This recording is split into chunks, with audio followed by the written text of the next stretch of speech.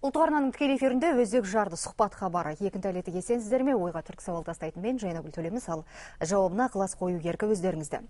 Біздің студиямызда әдеттегідей бүгін маған қарама-қарсы отырған Абылай Мырзахметов, кәсіпкерлердің ұлттық палатасының басқарма төрағасы. Студиямызға қош келдіңіз. Кешәрі. Бүгінде парламенттің қабырғасында кәсіпкерлердің ұлттық палатасы туралы заң жобасы қарастырылып жатыр. Бұл құжатты түзудің маңыздылығы неде? Әңгімені осыдан бастасақ. Дұрыс айттыңыз, 2 апта бойы мәжілістің төрінде осы біздің заң жобасы қаралып жатыр. Егер айтар болсақ, негізгі бұл заңның идеологиясы, негізгі ойы кәсіпкерлердің басын біріктіру. 20 жылдың ішінде осы егеменді болғалы бері бізде кәсіпкерлердің мүддесін қорғайтын 700-ден астам ассоциация бар. Олар жергілікті жерде де құрылған, салалықтағы да бар, салалық аралығы да бар, үлкендікі де бар, кішітікі бар. Бірақ сол 700 ассоциацияның ішіндегі мүшелер саны, жалпы егер кәсіпкерлерді алсақ, қазір мына статистика агенттіктің даму санына қарасақ, 800-ге жуық белсенді кәсіпкер бар. Соның 2% ғана осы ассоциацияларда мүше. Сондықтан біздің негіз 800 мың. Ал егер тіркеудегі салсақ, ол 1 миллионнан асып кетеді. Сондықтан біздің негізгі мақсат сол кәсіпкерлерді қамту. 2% дегеніміз не? Сонда қазір сол ассоциациялардың айтып жатқан әңгімесі барлық кәсіпкерлердің атынан айтуға бола ма? Осындай мүшелікте. Ол бір. Екінші мәселе, сол ассоциациялардың көбінде эксперттердің болуы. Ассоциация не жұмыс жасау керек? Ассоциацияның негізгі жұмысы мына үкіметтің шығып отқан заңдары, нормативтік актілеріне сараптама беру. Сол сараптама арқылы кәсіпкерлердің мүддесін қорғау. Немесе кәсіпкердің мүддесін тексеру саласы болсын, жергілікті жерде әкімдермен қарым-қатынас сол жерде қорғау. Соған шамасы келе ме? Егер олардың мүшелері аз болса, мүшелермен кері байланыс болмаса, нақты кәсіпкердің қандай қиыншылық көріп жатқанын білмесе, екінші, егер оның мүшелері аз болса, оның жинайтын жарна ақшасы да аз болады. Ақша аз болғаннан кейін бюджет аз болады, ақша болғаннан кейін сарап эксперттердің де саны аз. Ал эксперттердің саны аз, ол қандай заңға сараптама беріледі? Қандай көмек көрсете алады? Ал бұның ішінде айта кететін 800 мың дедім, 800 мың ішіндегі айтып кететін 500 мыңы ол шағын немесе индивидуалдық предпринимательдер, кәсіпкерлер, оның ішінде 170 мың фермерлер бар, ауыл жерден сатқан, солардың мүддесін қорғап жатқан кім бар қазір? Мәселе сонда жатыр. Сондықтан бұл палатаның негізі басын біріктіру, қамту, екінші үкіметтің тиімді әріптесі болу. Міне осындай тұрғыдан біз осы заң жобасын үкіметпен бірге алып келіп отырмыз мәжіліске. Депутаттар өте қызығушылық танып отыр. Өйткені депутаттарымыз елдің арасында жүретін азаматтар, көптеген сауалдар тұрып жатыр, көптеген ұсыныстар түсіп жатыр. Сондықтан қызығулы түрде заң талқыланып жатыр. Жарайды, жарнаның көлемі, мөлшері қалай болады? Бұл да әрине өте өзекті мәселе. Сондықтан біз оған мынадай тұрғыда келдік. Кәсіпкерлердің айтып кеттім, 800 мың ішінде 500 мыңы шағын, микро десек те болады, 170 мыңы фермерлер, ауыл жердегі 100 мыңға жуығы шағын бизнес, 10 мыңнан асатыны орта бизнес, 2 мыңнан асатыны үлкен кәсіпкерлер. Сондықтан біз негізгі алғашқы уақытта ауыртпашылықты үлкен мен шағын ғана бизнес, орта бизнеске беретін болып келістік. Ал жаңағы 500 мың микробизнестегі кішкене өзінің семьялық бизнесі бар, сосын ауыл шаруашылығына істеген бар, 5 жылға босатылады. Ол заңда тікелей айтылды, оны біздің депутат мәжілістерде қолдап отыр. Оларға 5 жылдың ішінде көрсететін қызметтің бәрі тегін көрсетіледі. Тағы бір айта кететінім, міндетті түрде палата әр аудан орталығында өзінің филиалын ашады. Сол филиалда істейтін азаматтар жаңағы сол аудан орталығына тіркелген, ауыл шаруашылығында істеп жүрген, немесе өзінің кішкене шағын бизнесі бар біздің азаматтарға, кәсіпкерлерге тегін түрде көмек көрсетеді. Міне мәселе осында. Ал орта бизнестегілердің төлемі 360 мың теңге болайын деп отыр орта есеппен жылына. Ал үлкен кәсіпкерлердікі орта есеппен 3-6 миллион болайын деп отыр. Меніңше үлкен Қазақмыс немесе Шеврон, басқа да сияқты компанияларға ол үлкен ауыртпашылық болмайды. Қайта солардың шағын кәсіпкерлердің, ауылдағы кәсіпкердің алдындағы өзінің әлеуметтік жауапкершілігі деп те түсінуге болады. Енді бір мәселе туындайды.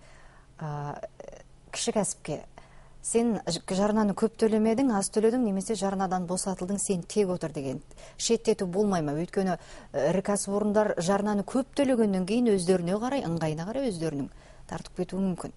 Солардың мүддесі көбірек қорғалып кетпей ме? Өйткені ақшаны кім төлесе, сол сөйлейтіні белгілі. Түсінікті. Сұрағыңыз орынды. Бұл да қаралған. заңда ешқандай сен төледің бе төлемедің бе, ол туралы сені ешкім құқығынан айырмайды.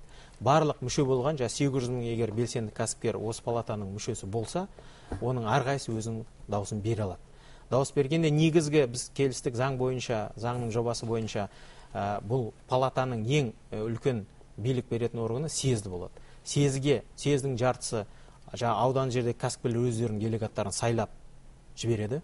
Әр облыстан өзінің санына байланысты сол облыстағы кәсіпкерлердің, қалған жартысы жаңағы үлкен кәсіпкерлер, орта кәсіпкерлер шыққан ассоциациялар арқылы кіруге болады. Сондықтан өрде дауыс тепе-тең болады.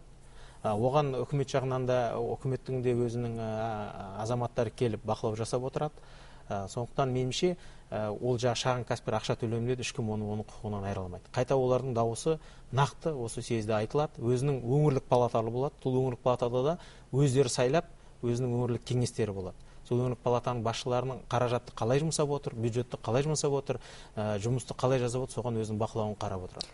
Ұлттық палата жұмысын реформалаудың, жаңағыдай заңды күш берудің астарында сіз айтып отырған мәселелерден де терең үлкен мәселе жатқан сияқты. Ол кедендік одақта біздің есемізді жібермеу, ұпайымыздың Белоруссиямен немесе Ресейдің жаңа кәсіпкерлермен, ірі кәсіпорындармен есемізді жіберіп алмау мәселесіне келгенде, ұлттық палатаның осылай заңды күш алуы, бірігуі, әлеуетін күшейтуі қаншалықты өзекті?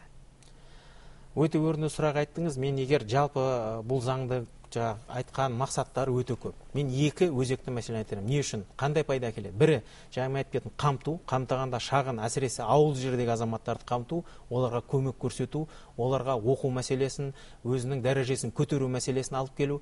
Әсіресе ауылдағы жастар, 2 миллионға жуық жастарымыз біздің ауылда тұрады. Ал қазір мына колледждер системасын алсаңыз, техникалық немесе жұмыскерлер дайындайтын. 170-і соның үкіметтің қолында. Заңда да қаралған, біз ұлттық палата осы 170 кәсіпорындарды сабақ немесе техникалық дайындайтын колледждерді өз құзырымызға алып, кәсіпкерлермен тікелей байланыс орнатып, сол азаматтар дайындап, ертең сол кәсіпкерлерге жұмыс істеуге. Жарты уақытын оқуда, жарты уақыттан көбін нағыз практикада өткізіп, ертең сол компаниялардың жұмыс табына ықпал жасаймыз. Бұл бір мәселе, ішкі айтып өткен мәселе болса, қамту. Екінші мәселе дұрыс айттыңыз, біз енді қазір кеден одағында 3 жыл өмір сүріп келеміз. Әр жерде әртүрлі пікір туып жатыр. Мен өз басым қирақпаған шаша жоқ деп ойлаймын. Бұл жаңа бастама болды, аяғына енен тұрып келе жатыр. Сондықтан біз ең бастысы қазір өзіміздің кәсіпкерлерді, отандық кәсіп мүддесін қалай қорғаймыз? Сол үшін біздің бірігуіміз керек. Қазір әрине Ресейдің экономикасы бізден үлкен. Егер Ресейдің қарасақ, ояқта институттары да бар, кәсіпкерлік одақтары да мықты. Олар Мәскеуде отыр, шешім қабылдайтын Еуразиялық комиссияның төрінде отыр. Оған өзінің мүддесін қорғау үшін олар әрине ықпал жасай алады. Бізге өкінішке орай айтып кеткен ассоциациялардың көбісін өкінішке орай кейде Мәскеуге барып, командировкаға барып, сол кеңестің жиынына қатысып, өзінің ойын айтуға кейде шамасы келмей жатыр. Міне жағдай қандай жағдайда болып жатыр. Сондықтан техника регламенттер бар, стандарттар бар, салық мәселесі болады, басқа мәселе қаралады. Енді сауда айналымы қаралады, кедендік мәселелер қаралады. Бұның бәріне мықты сараптылар керек. Олардың бәрін жақсы қаражаттандыру керек. Олардың бәрін Мәскеуге апарып, орнына офис ашып отырғызу керек. Біздің нарадағы ассоциацияның бәріне қаражат беріп күшейту керек. Әсіресе азық-түлік саласында, ауыл шаруашылық саласында бізге керекті салалардың бәрінде біздің мықты сарапшылар болу керек. Сондықтан бұл палата осы тұғырда меніңше бірде-бір осы кедендік одақтағы қиыншылықтарға жауап деп есептеймін. Сіз айтып отырған келелі мынадай институтты, жаңа бір институтта ұлттық палатаны қалыптастыру үшін қанша жыл керек болады? Әрине, өйткені ол бірден сындырыла қоятын іс емес. Дұрыс айтасыз, біздің есебіміз бойынша, айттым, әр аудан орталық. 16 облыс, Астанамыз бар, Алматымыз бар, 16 өңірлік палата болады, орталық палата бар. 200-ге жуық біз офис құруымыз керек. Біздің негізгі мақсатымыз құрылтай уақыт деп 1 жыл беріп болса, 1 жылдың ішінде бұл палатаны аяққа тұрғызу. Заңда солай бекітілген. Өтпелі кезең 5 жылға дейін дейді. Оның ішінде үкімет біздің құрамымызда болады. Ол 5 жылға дейін дегеніміз ертеректе шығып кетеді. 2-3 жылдан кейін егер біз аяққа тұрдық десек, үкімет шығып кетеді, біз өзіміз съез арқылы өзіміз басқара береміз. Бірақ құрылтайшы жылы 1 жыл берілген.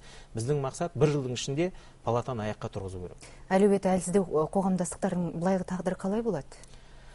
Мен айтып сол күйінде қала ма форматы? Дұрыс айтасыз, бір міндетті түрде бұл палатаға мүше болу, еркін түрде мүше болу ассоциацияға оны еш уақытта ол қалады.